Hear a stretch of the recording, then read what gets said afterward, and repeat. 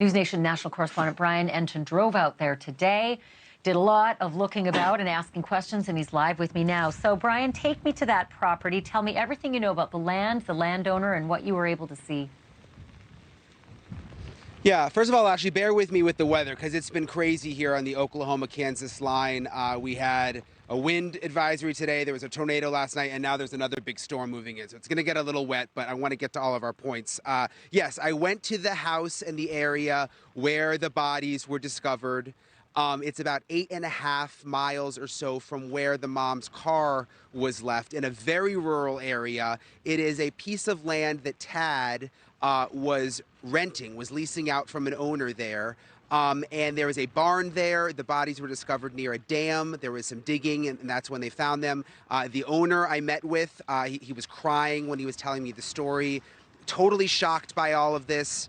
Can't believe it. Can't believe this happened on his land. Was shocked when the police showed up and started digging. But that is where those women were found, Ashley. Okay, so now tell me, there's so much I want you to unload here, but you also got an interview today with Tad Cullum's business partner, who happens to be a municipal judge, who was coincidentally there at Tad's house while Tad's house was being raided. And then there's been a big twist tonight. Tell me everything that's happened. There is, and I'm going to get to the twist in a second because this is really crazy and goes back to the point that people here are very scared to talk. But yes, we talked to the municipal judge here, happened to be walking by, got in the car with me and chatted. He is a good friend of Tad. He is a business associate. They were working together. He was at Tad's house when the SWAT team showed up. You remember Nancy Lou had that crazy video. The SWAT team showed up, and he was there. He had a gun pointed at his face, he says.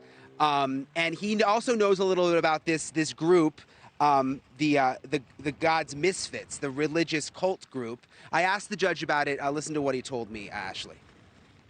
When's the last time you saw Tad?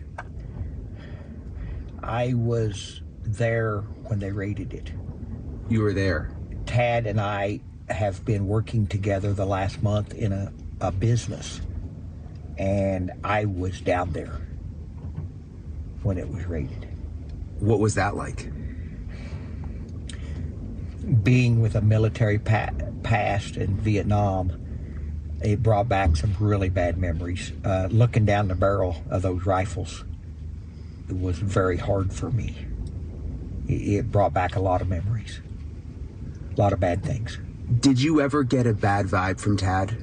No. Tad was one of the nicest, funniest. I seen him almost on a daily basis this last month. We were working together. I couldn't even believe he was involved in it. What about Tiffany? I didn't see her a lot. I've known her for years.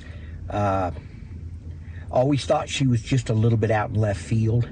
But again, just never believed that they would do this kind of thing. According to the affidavit, they were involved in this group, God's Misfits.